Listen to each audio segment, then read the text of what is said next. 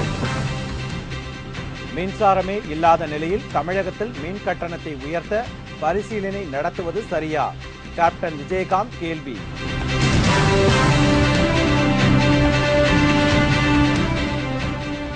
வகுப்பறையில் ஆசிரியையை குத்திக் கொன்ற 9ஆம் வகுப்பு மாணவன். சென்னையில் பயங்கரம்.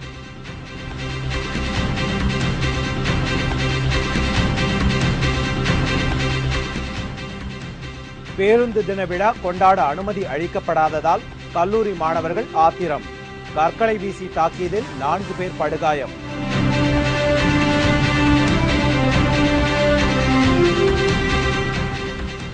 சொத்து குவிப்பு வழக்கில் இருந்து ஜெயலலிதாவை விடுவிக்க பாஜக மேலிடம் நிர்பந்தம்.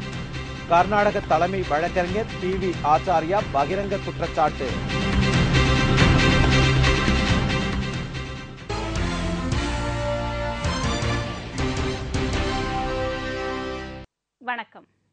வணக்கம். விரிவான செய்திகள். மின்சாரமே கிடைக்காத சூழ்நிலையில் மின்சார கட்டணத்தை உயர்த்த கருத்து கேட்பு கூட்டம் நடத்துவது சரியா என்று எதிர்க்கட்சித் தலைவர் கேப்டன் விஜயகாந்த் கேள்வி எழுப்பியுள்ளார். தேமுதிக நிறுவன தலைவரும் எதிர்க்கட்சித் தலைவருமான கேப்டன் விஜயகாந்த் வெளியிட்டுள்ள அறிக்கையில், இந்தியாவிலேயே தமிழ்நாட்டை முதலிடத்திற்கு கொண்டு வருவதே தனது லட்சியம் என்று முதல்வர் ஜெயலலிதா கூறி வரும் வேளையில், தமிழ்நாட்டில் எப்போது மின்சாரம் வரும், எப்போது போகும் என்ற நிலைதான் உருவாகியுள்ளதாக தெரிவித்துள்ளார். விவசாயத்திற்கு சரியாக மின்சாரம் கிடைக்கவில்லை. நிலைமை இவ்வாறு இருந்தால் மகசூலை எப்படி பெருக்க முடியும் என்றும் கேள்வி எழுப்பியுள்ளார். தொழிற்சாலைக்கு மிகவும் இன்றியமையாத தேவையான மின்சாரம் கிடைக்காததால் நாள்தோறும் தொழில் அமைப்புகள் போராட்டம் நடத்தி வருகின்றன. குறிப்பாக கோவையில் கடந்த 2 தினங்களாக மின்வெட்டை கண்டித்து தொழில் அமைப்பினர் ஆர்ப்பாட்டம் நடத்தி வருவதாகவும், 8 மணி நேரம் அறிவிக்கப்படாத மின்வெட்டு என்று சொன்னாலும் அது பல மணி நேரம் மின்வெட்டாகத்தான் நீடிக்கிறது என்றும் கேப்டன் விஜயகாந்த் கூறியுள்ளார். சிறு குறுந்தொழில் பாதுகாப்பு நலச்சங்க தலைவர் மின்வெட்டால் தினமும் 400 கோடி ரூபாய் உற்பத்தி இழப்பு என்று அறிக்கை தருகிறார். விவசாயமும் தொழிலும் பாதிக்கப்பட்டுள்ளது. கடனை வாங்கி விவசாயத்திலோ தொழிலிலோ முதலீடு செய்துவிட்டு மக்கள் தவிக்கின்றனர். கடந்த ஆண்டு நிதிநிலை அறிக்கையில் இந்த ஆண்டு ஆகஸ்ட் முதல் மின்வெட்டே இருக்காது என்று அரசு கூறியிருந்ததை நினைவு கூர்ந்த கேப்டன் விஜயகாந்த், தற்போது அடுத்த ஆண்டு ஜூன் முதல் படிப்படியாக மின் பற்றாக்குறை நீக்கப்படும் என்று சட்டமன்றத்தில் அறிவித்துள்ளதாக கூறியுள்ளார். மின்வெட்டு சம்பந்தமான அறிவிப்புகள் இவ்வாறு நீடித்துக் கொண்டு போவதால் எப்போதுதான் மின்வெட்டு அகற்றப்படும் என்ற கேள்வியை மக்கள் மத்தியில் எழுப்பியுள்ளது என்று கூறியுள்ள கேப்டன் விஜயகாந்த், இதனால் தமிழகத்தில் நிச்சயமற்ற தன்மை உருவாகியுள்ளதாக தனது அறிக்கையில் குறிப்பிட்டுள்ளார். உடலுக்கு எவ்வாறு ரத்தம் தேவையோ அதுபோல் பொருளாதார வளர்ச்சிக்கு மின்சாரம் தேவை என்று தெரிவித்துள்ள கேப்டன் விஜயகாந்த், புதிய ஆட்சி தமிழகத்தில் பொறுப்பேற்ற பிறகாவது மின் பற்றாக்குறை நீங்காதா என்று மக்கள் எதிர்பார்த்தனர் என்று தெரிவித்துள்ளார். ஆனால் நடைமுறையில் மின் பற்றாக்குறை அதிகரித்துக் கொண்டே போகிறதே தவிர எத்தகைய நிவாரணமும் கிட்டவில்லை என்றும், பள்ளிக்கூட பிள்ளைகள் முதல் பெரும் தொழில் நிறுவனங்கள் வரை மின்சாரம் இல்லாமல் திகைக்கின்ற அளவில் பரிதாபமான நிலை ஏற்பட்டுள்ளதாகவும் கூறியுள்ளார். இதனால் அண்டை மாநிலங்களில் இருந்தும் அந்நிய நாடுகளில் இருந்தும் தமிழ்நாட்டில் மூலதனம் போட்டு தொழில்களை துவங்குவதற்கு கூட மின்சார பற்றாக்குறையால் தயங்குகின்றனர் என்று தெரிவித்த கேப்டன், ஏற்கனவே தமிழ்நாட்டில் உள்ள தொழில்களை விரிவாக்கம் செய்பவர்கள் கூட வேறு மாநிலங்களுக்கு செல்லும் நிலைமை ஏற்பட்டுள்ளதாக குறிப்பிட்டுள்ளார். இத்தகைய மின்சார வெட்டினால் தமிழக இளைஞர்களின் வேலையில்லா திண்டாட்டம் நாளுக்கு நாள் பெருகி வருவதாகவும், மின்சாரமே கிடைக்காத சூழ்நிலையில் மின்சார கட்டணத்தை அபரிமிதமாக உயர்த்த ஜெயலலிதா அரசு பரிந்துரைத்துள்ளதாகவும் கேப்டன் விஜயகாந்த் தெரிவித்துள்ளார். தமிழ்நாடு மின்சார ஒழுங்குமுறை ஆணையம் இதுபற்றி பொதுமக்களிடம் கருத்து கேட்கிறது. கருத்து கேட்பு கூட்டங்களில் பொதுமக்கள் ஆவேசப்படுவதும், அதிகாரிகள் பொதுமக்களை சந்திக்க பயப்படுவதும், போலீஸ் காவலை வைத்துக் கொண்டுதான் பொதுமக்கள் குறை கேட்கும் கூட்டங்களை நடத்த வேண்டியுள்ளது என்றும் தெரிவித்துள்ளார். என்று தனியும் இந்த மின்சார தாகம் என்ற புதிய முழக்கம் எங்கும் ஒலிக்கிறது. ஜெயலலிதா தலைமையிலான அரசு இதனை உணருமா? மக்களுக்கு பரிகாரம் விரைவில் கிடைக்குமா என்றும் கேப்டன் விஜயகாந்த் தனது அறிக்கையில் கேள்வி எழுப்பியுள்ளார். சென்னையில் பள்ளி ஆசிரியை ஒருவர் 9ஆம் வகுப்பு மாணவனால் வகுப்பறையிலேயே கொலை செய்யப்பட்ட சம்பவம் பெரும் அதிர்ச்சியை ஏற்படுத்தியுள்ளது. சென்னை பாரிமுனையில் உள்ள ஆங்கிலோ இந்தியன் பள்ளியில் இந்தி ஆசிரியராக பணியாற்றியவர் உமா மகேஸ்வரி. இவர் 9ஆம் வகுப்பு மாணவர்களுக்கு இன்று பாடம் நடத்தி கொண்டிருந்தார். அப்போது அந்த வகுப்பில் இருந்த முகமது இர்ஃபான் என்ற மாணவன் தான் மறைத்து வைத்திருந்த கத்தியை எடுத்து ஆசிரியை உமா மகேஸ்வரியை சரமாரியாக குத்தினான். ஒரு 12 மணிக்கு பையனுக்கு சாப்பாடு கொடுக்குறக்காண்டி வந்திருந்தேன். போலீஸ் வேறு வெளியெல்லாம் நின்றுட்டு இருக்காங்கன்னு சொல்லிட்டு என்னென்னு விசாரிக்கும் போது ஒரு 9th ஸ்டாண்டர்ட் பையன் வந்து ஒரு மிஸ்ஸை காம்பஸால் குத்தியும் கொலை பண்ணிட்டதாக அதுக்கப்புறம் சொல்கிறாங்க. அப்புறமா பையங்க யாருமே வெளியே விடலை. அவங்க அது வேறு கேட்டு வழியாக என்ன செஞ்சாங்க, 3rd ஸ்டாண்டர்ட்லேருந்து 5th ஸ்டாண்டர்ட் வரைக்கும் அந்த பசங்க எல்லாத்தையும் வெளியே விட்டாங்க. அது வழியாக நாங்கள் கூட்டு போய்கிட்டு இருக்கிறோம். இப்போ இதில் சம்பவ இடத்திலேயே ஆசிரியை மரணமடைந்தார். மாணவரை பற்றி அவரது பெற்றோரிடம் புகார் கூறியதாலேயே ஆசிரியை கொலை செய்யப்பட்டதாக போலீஸ் விசாரணையில் தெரிய வந்துள்ளது. ரெகுலராக நம்ம ஸ்கூலுக்கு வரான், சில நேரத்தில் அவ்வளோவா அதிகமாக படிக்க மாட்டான். அதனால் டீச்சர்ஸுங்கெல்லாம் எந்த மற்ற ஸ்கூலில் இருக்கிற மாதிரி டீச்சர்ஸுங்க வந்து அந்த கேலண்டர் ரிமார்க்ஸ் எழுதுவாங்க. அதாவது பேரண்ட்ஸ்க்கு இன்ஃபர்மேஷன் கொடுக்கறதுக்காக, பையன் சரியாக படிக்க மாட்டா, கொஞ்சம் பார்த்துக்குங்க, எக்ஸாம் இருக்கிறது டிசிப்ளின். இவங்க இது வரைக்கும் மேடம் வந்து யாருமே அடிச்சது கிடையாது, யாருமே சத்தம் போட்டு கிடையாது. ரொம்ப நல்ல டீச்சர், பையங்க எல்லாம் ரொம்ப அன்பாக இருப்பாங்க. இந்த ஒரு கேலண்டரில் வந்து அந்த ரிமார்க் கொடுத்ததுனால தெரியல, அல்லது வேற ஏதோ எங்கே நடந்த இன்டென்ஷனாக இருக்கா என்ன தெரியல. திடீர்னு மற்ற பிள்ளைங்க பையனுக்கு அவனுடைய ஃப்ரெண்ட்ஸுங்க ஸ்கூல் அந்த கிளாஸ் ரூம் போகிறதுக்கு முன்னாடியே இவன் போயிட்டு அவன் இந்த மாதிரி செய்திருக்கான். ஆசிரியையின் உடலை கைப்பற்றிய போலீசார் பிரேத பரிசோதனைக்காக அரசு மருத்துவமனைக்கு கொண்டு சென்றனர். மாணவர்களும் சக ஆசிரியர்களும் மருத்துவமனை முன்பு குவிந்துள்ளதால் அங்கு பரபரப்பு ஏற்பட்டது. எழுத்தறிவித்தன் இறைவன் என்பார்கள். அத்தகைய ஆசிரியையை மாணவன் கொன்ற சம்பவம் பெற்றோர்கள் மற்றும் ஆசிரியர்கள் மத்தியில் பெரும் கலக்கத்தை ஏற்படுத்தியுள்ளது.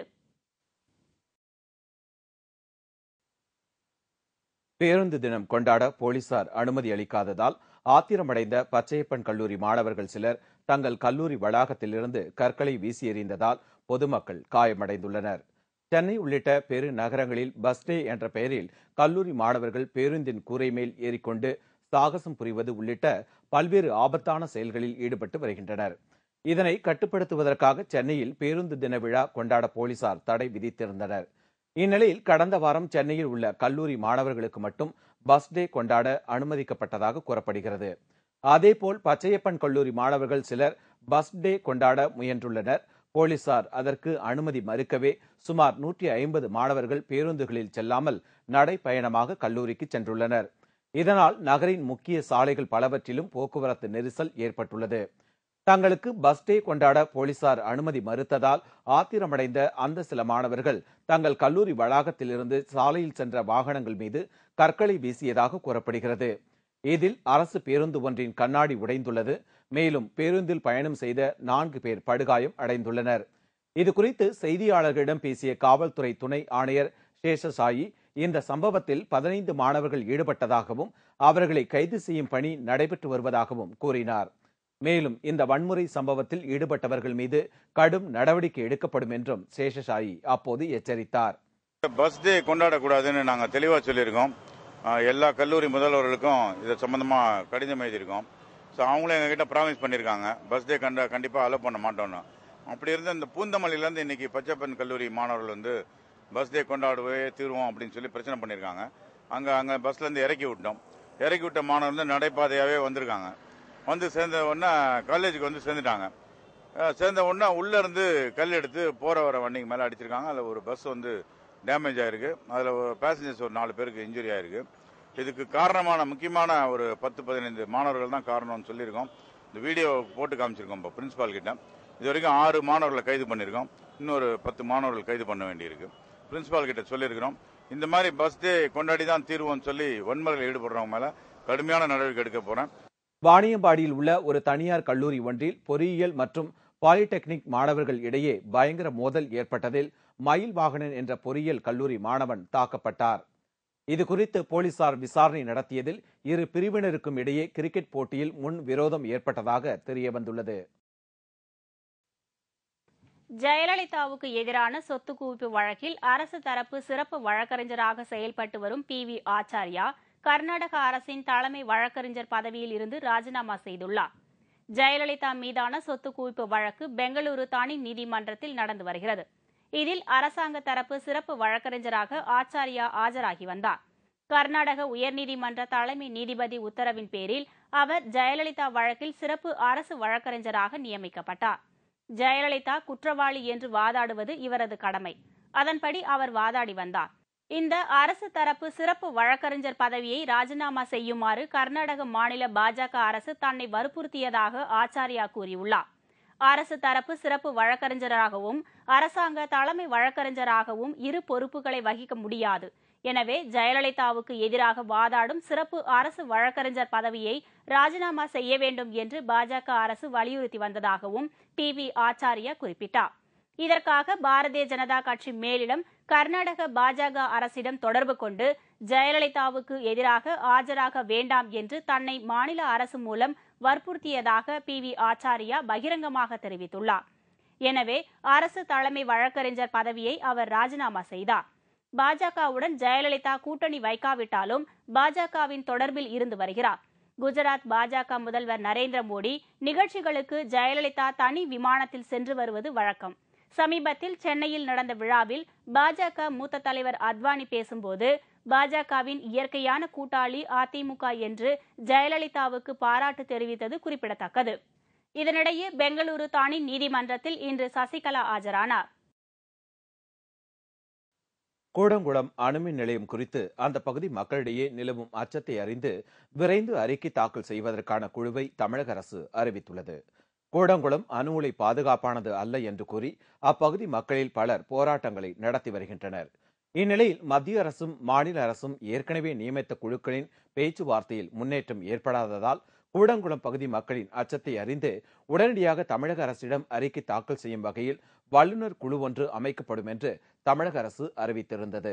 அதன்படி இந்த வல்லுநர் குழுவின் உறுப்பினர்களாக பேராசிரியர்கள் எம்.ஆர். Srinivasan, doctor D. அறிவு ஒளி, எஸ். இனியன் மற்றும் ஓய்வு பெற்ற IAS அதிகாரி எல்.என். விஜயராகவன் ஆகியோர் நியமிக்கப்பட்டுள்ளனர். இவர்களில் டாக்டர் எஸ். இனியன் வல்லுநர் குழுவின் அமைப்பாளராக செயல்படுவார் என்றும் தமிழக அரசு அறிவித்துள்ளது. ராமேஸ்வரம் மீனவர்கள் இன்று கச்சத்தீவு அருகே மீன்பிடித்துக் கொண்டிருந்த போது அங்கு வந்த இலங்கை கடற்படையினர் தமிழக மீனவர்கள் 4 பேரை சிறைப்பிடித்துச் சென்றனர். அந்தோணி, மரியதாஸ் உள்ளிட்ட 4 மீனவர்களிடம் தலைமன்னாரில் விசாரணை நடந்து வருவதாக கூறப்படுகிறது. இந்த சம்பவம் ராமேஸ்வரம் மீனவர்களிடையே பதட்டத்தை ஏற்படுத்தியுள்ளது. மின்வெட்டு அதிகரித்துள்ளதுதான் அதிமுக அரசின் சாதனைக்கு எடுத்துக்காட்டு என்று திமுக தலைவர் கருணாநிதி குற்றம் சாட்டியுள்ளார். இது குறித்து செய்தியாளர்களிடம் பேசிய அவர், கடந்த ஆகஸ்ட் மாதம் தமிழக அரசின் பட்ஜெட்டில் 2012இல் மின்வெட்டு குறையும் என்று கூறப்பட்டதாகவும் 2012ஆம் ஆண்டில் 2013ஆம் ஆண்டு முதல் மின்வெட்டு குறையும் என்றும் அதிமுக அரசு கூறியிருக்கிறது என்றும் தெரிவித்துள்ளார். மேலும் 2013இல் என்ன அறிக்கை வெளியிடப் போகிறார்களோ என கேள்வி எழுப்பியுள்ள திமுக தலைவர், மின்வெட்டு காரணமாக 40,000 தொழில் நிறுவனங்கள் பாதிக்கப்பட்டிருப்பதாகவும் கூறியுள்ளார். இதுதான் அரசின் சாதனைக்கு எடுத்துக்காட்டு என்று அவர் குற்றம் சாட்டினார்.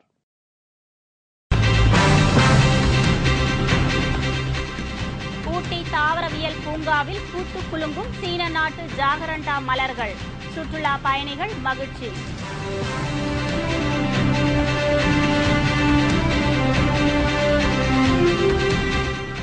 தொடர் மின்வெட்டை கண்டித்து தமிழகத்தின் பல பகுதிகளில் பொதுமக்கள் சாலை மறியல், அரிக்கன் விளக்கை ஏந்தி நூதன முறையில் ஆர்ப்பாட்டம் மற்றும் பல செய்திகள் விளம்பர இடைவேளைக்கு பிறகு.